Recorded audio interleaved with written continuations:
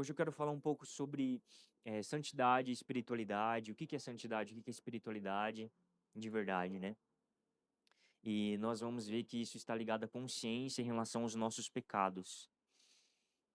Como você vê a si mesmo, né? Como eu vejo, você tem que examinar a si mesmo.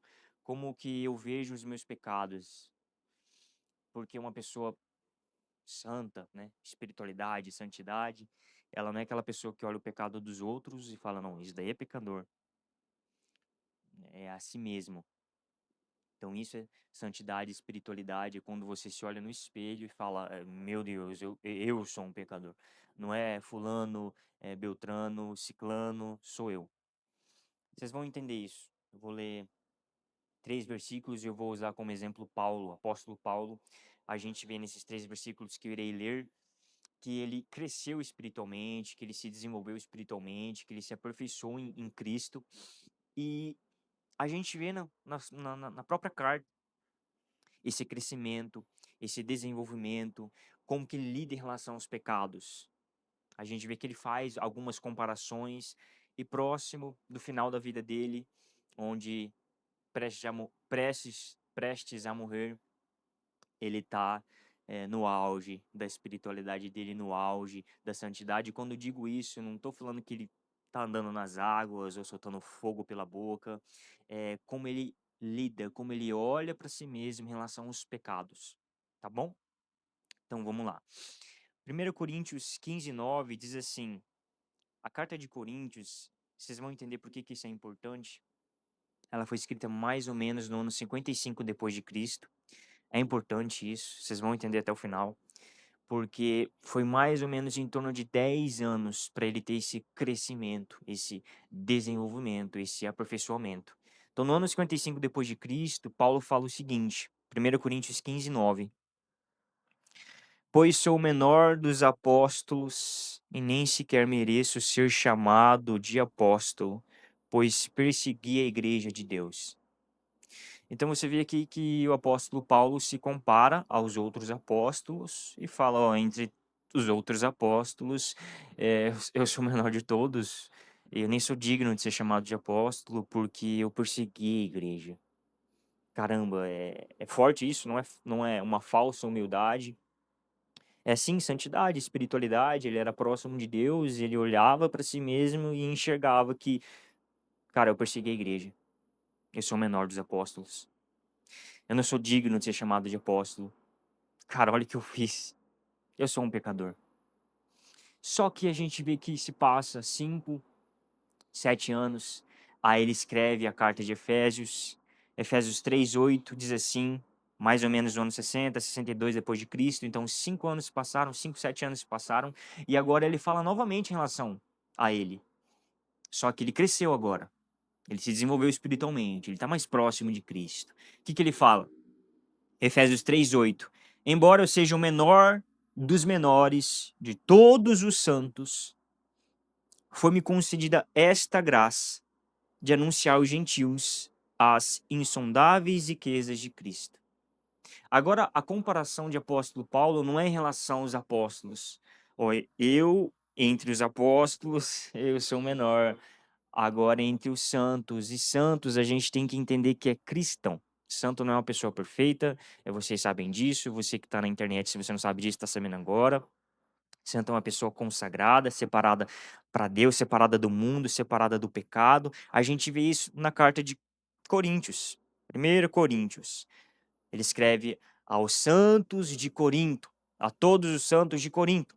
Só que se você ler a carta de Coríntios, se você estudar todas as cartas do Novo Testamento, você vai ver que a igreja de Corintos era a igreja mais problemática do Novo Testamento. Então, se você pegar o Novo Testamento, de qualquer Bíblia, pega aí sua Bíblia, o Novo Testamento, a igreja mais problemática era a igreja de Corinto. E Paulo começa, a todos os santos de Corinto. Poxa, ele fala isso para a igreja mais problemática, santo, não é perfeito. Aquela igreja estava cheia de problema. Ele foi resolvendo esse problema na carta. Imoralidade sexual, desordem no culto, quem que é mais espiritual, dons e muitos problemas. E para a igreja mais problemática, ele fala a todos os santos de Corinto. Cristão é santo, tá, gente? A gente tá separado do pecado, separado do mundo. A gente busca uma vida de santidade, busca crescer em Deus, revelar a Deus. Santidade é nós se desenvolver, se aperfeiçoar na semelhança de Deus, ok? Santidade, eu me desenvolver, eu me aperfeiçoar na semelhança do Pai. Não é eu ser perfeito, não tem ninguém perfeito, não existe isso. Todos erram, todos falham, não existe isso. Então, santo é separado do mundo, do pecado, para ver para Deus, único e exclusivo para Deus. Eu tô separado para ver unicamente, exclusivamente para Deus. Paulo fala no início, ó, em relação a todos os apóstolos, eu sou menor. Só que agora ele fala em relação a todos os cristãos, eu sou menor. Caramba! E a gente vê que não para aí. Lembra que eu falei que ia passar uns 10 anos? 3 anos se passaram. No ano 64, 65, ele escreveu 1 Timóteo. E 1 Timóteo, ele está no auge da espiritualidade, da santidade. Porque o que é estar no auge, Lucas? É ser santo, espiritual. Não é você andar na parede. É você olhar para os seus pecados e entender que você precisa da graça, precisa de Deus, você é um necessitado, eu sou um necessitado, nós somos um necessitados daquilo que Cristo fez na cruz. Nós somos necessitados. Então Paulo começa, entre os apóstolos eu sou menor. Depois ele cresce em Deus e fala, entre os cristãos eu sou menor. Só que agora Paulo, ele chega no auge, né, da intimidade, de comunhão com Deus, porque em 1 Timóteo 1,15 ele fala desse jeito aqui, ó. Essa afirmação é fiel e digna de toda aceitação. Cristo Jesus veio ao mundo para salvar os pecadores, dos quais eu sou o pior. Paulo, ele cresceu espiritualmente. Primeiro entre os apóstolos, eu sou menor. Depois entre os cristãos, eu sou menor. E agora entre os pecadores, todos eles, todos, eu sou o pior deles. A gente tem que entender, e eu já vou finalizar, nós temos que crescer em Deus, em intimidade, em comunhão, em santidade. E crescer em Deus, a gente muitas das vezes mistifica que, cara, é você amar.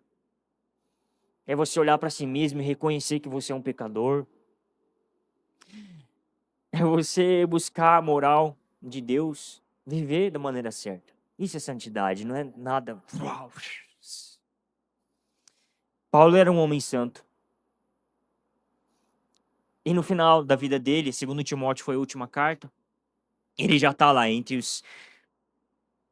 todos os piores pecadores, eu sou o pior deles. Entre todos os pecadores, eu sou o pior deles. Eu vou ler mais uma vez. 1 Timóteo 1,15. Essa afirmação é fiel e digna de toda aceitação. Cristo Jesus veio ao mundo para salvar os pecadores, dos quais eu sou o pior. Não é falsa humildade. É santidade, espiritualidade. O Espírito Santo faz isso. Ele nos convence do pecado, da justiça, do juízo. Ele nos convence do pecado. Não sou eu. Não, se eu falar aqui pro Wesley, seus pecados é esse. Agora, o Espírito Santo, quando ele fala, não tem como. Há um convencimento dos seus pecados. Algo que eu não posso fazer, mas o Espírito Santo pode, através da comunhão. Leia a Bíblia, ore, busque a Deus, adore, esteja com Ele, caminhe com Ele, ande com Ele. Seja igual Paulo. Cresça espiritualmente, para que você possa se olhar no espelho e falar, olha, Cristo veio ao mundo para salvar os pecadores. E você se olha no espelho e fala, e eu sou o pior deles. Quando você cresce espiritualmente, você não vai ver o pecado dos outros, você vai ver os seus. Quando você cresce em santidade, espiritualidade, você não fala, nossa, como eu sou bom e o Wesley é um pecador. Nossa, como eu sou bom e a Giovana, meu Deus. Você cresce espiritualmente e fala, nossa, como eu sou horrível. Como eu sou ruim. Eu preciso do que Cristo fez. Eu necessito da morte e da ressurreição dele. Eu preciso. O meu pecado, os nossos pecados foram condenados em Cristo Jesus. Eu preciso disso. E ele ressuscitou. E ele vai voltar. Nós estamos esperando alguém vivo, não morto. Ele vive, ele ressuscitou e os nossos pecados foram condenados nele. Vou finalizar. 1 João 1:8, que foi escrito mais ou menos 85, 95 depois de Cristo. Todo o Novo Testamento foi escrito no primeiro século. João foi finalzinho do primeiro século. O apóstolo João está velho, e imagina um velho escrevendo isso daqui. Se afirmarmos que estamos sem pecado, enganamos a nós mesmos, e a verdade não está em nós. Senhor, de idade, apóstolo de Jesus Cristo, o discípulo amado. Se afirmarmos que estamos sem pecado, enganamos a nós mesmos, e a verdade não está em nós. Essa é a realidade. Essa é a nossa condição. Somos pecadores, mas ao mesmo tempo nós somos santos e ao mesmo tempo nós somos justos. Isso é maravilhoso. Só a Bíblia, só Cristo para fazer isso. Essa é a nossa condição, mas a nossa posição é de justo. A gente pode adentrar na presença do Pai. Deu aqui o tempo. Só quero deixar essa frase aqui. O crescimento espiritual não aumenta a sua glória, aumenta a sua consciência do pecado e da necessidade que nós temos da graça. Graça é o favor merecido. O favor de Deus, o favor de Cristo que não merecemos, isso é graça. O favor que recebemos sem merecer. Graça, favor merecido. Nós necessitamos desse favor que Cristo fez por nós.